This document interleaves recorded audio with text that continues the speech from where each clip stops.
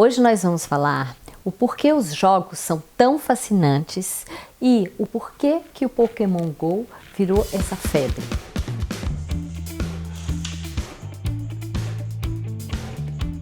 Uau! Joga Pokébola, pega, que eu faço? Joga Pokébola nele. Isso, joga com... Pronto, foi! Quem gosta de jogar já está acostumado, joga porque gosta.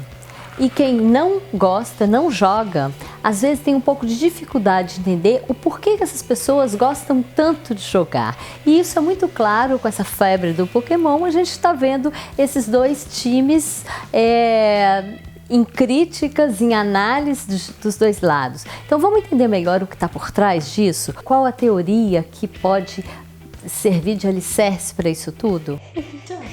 Agora, eu faço. Os jogos vão ser cada vez mais presentes, principalmente nas novas gerações, na geração Z, na geração Y e a geração X, que foi a geração que começou com os primeiros jogos que existiram. Para a gente ter uma noção, 92% das crianças hoje, até 2 anos de idade, já são jogadoras. Pense nisso. Vamos entender o porquê? Vamos entender o porquê que isso tudo é tão importante?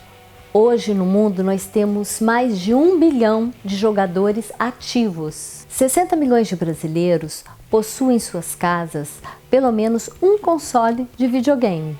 Jogadores de videogame, eles existem, há muito tempo e esse número é muito significativo. Em 2010, os jogos digitais já representavam 57 bilhões. Enquanto a indústria do cinema representava cerca de 31 bilhões. Por que os jogos são tão importantes, tão significativos?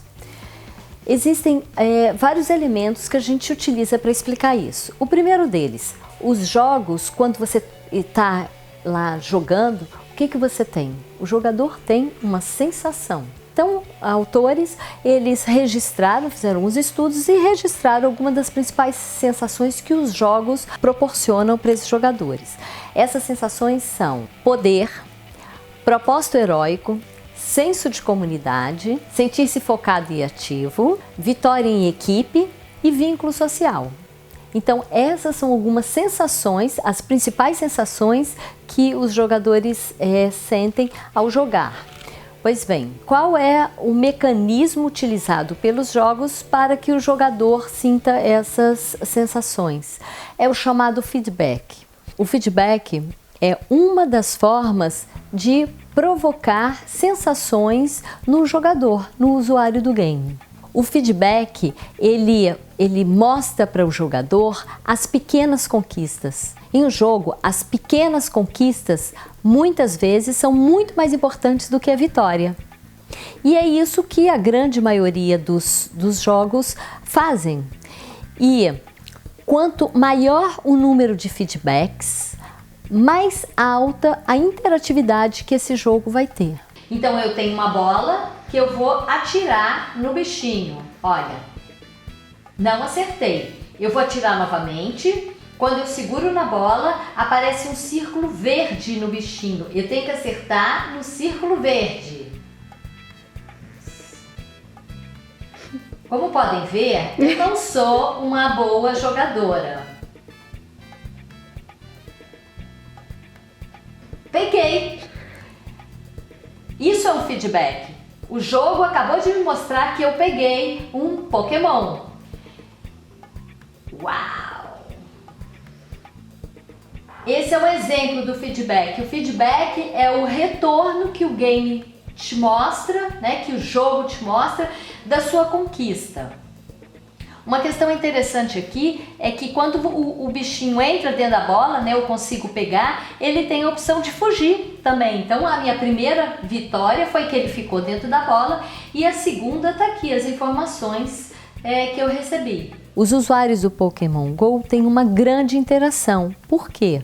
Porque ele tem um alto grau de feedbacks. A cada ação você já tem um feedback, você tem ganho, uma recompensa, enfim, são inúmeras essas recompensas, ou seja, o feedback que o jogo leva para o usuário. E A partir desses feedbacks, o usuário tem todas as sensações que fazem com que ele se mantenha no jogo.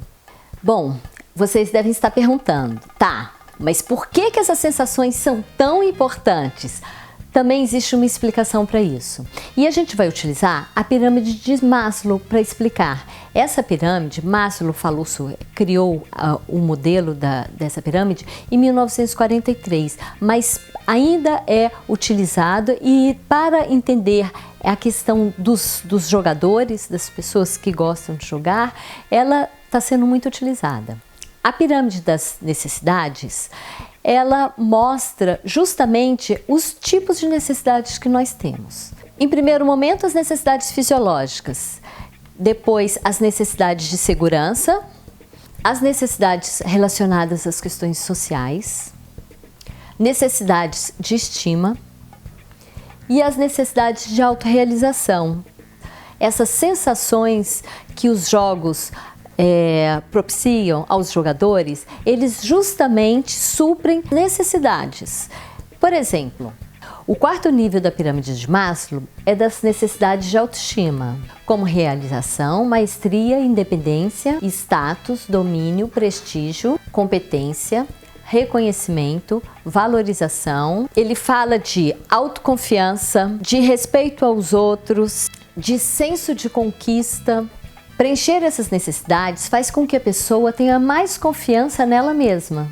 E são todas essas sensações que os jogadores obtêm com os jogos. O jogo do Pokémon GO, assim como os outros jogos, eles trabalham principalmente nesse nível 4 da pirâmide da necessidade. Mas ele tem algo a mais.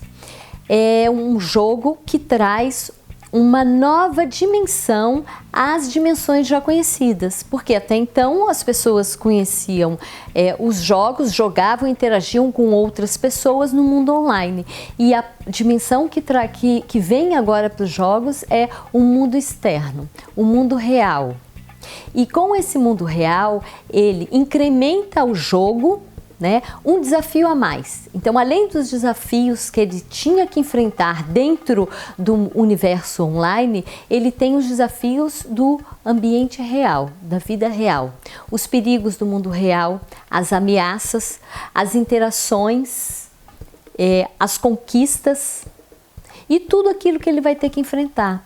E esse é mais um elemento que foi inserido ao jogo. E esse novo elemento que é inserido ao jogo, ele está relacionado com a quinta categoria da pirâmide de Maslow, que está relacionada com autorrealização.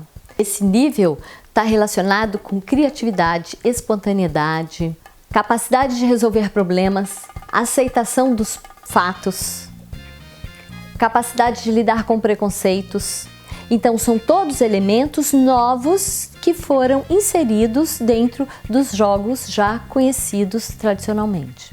Então, o Pokémon GO não é uma questão só de gostar ou de não gostar. É um divisor de águas. Um divisor de águas no sentido que os jogos agora começam a trabalhar com uma nova dimensão. E essa dimensão pode sim ser utilizada de formas muito produtivas. E sobre isso a gente vai falar no próximo vídeo, quando a gente falar sobre gamificação e como muitas empresas estão encontrando excelentes soluções com a gamificação.